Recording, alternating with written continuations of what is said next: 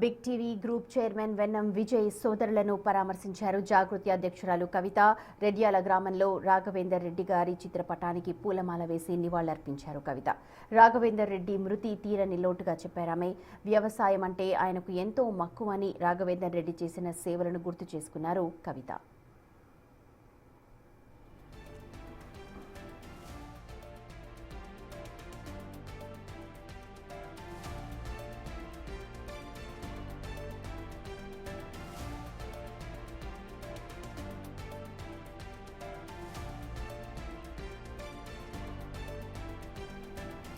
వెన్నం రాఘవేందర్ రెడ్డి,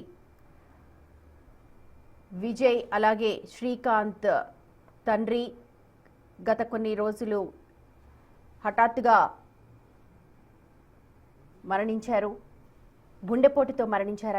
ఆయనని పరామర్శించడానికంటూ జాగృతి అధ్యక్షురాలు కవిత ఈరోజు రెడ్యాల గ్రామానికి చేరుకున్నారు. వెన్నం సోదరులకు ఆమె పరామర్శ తెలిపారు. ఇతర కుటుంబ సభ్యులతో కూడా మాట్లాడుతూ ఉన్నారు. అక్కడ ఏర్పాటు చేసిన వెన్నం రాఘవేందర్ రెడ్డి చిత్రపటానికి పుష్పాంజలి ఘటించారు. అలాగే ఆయన చేసిన కొన్ని సేవలను కూడా గుర్తు చేసుకున్నారు.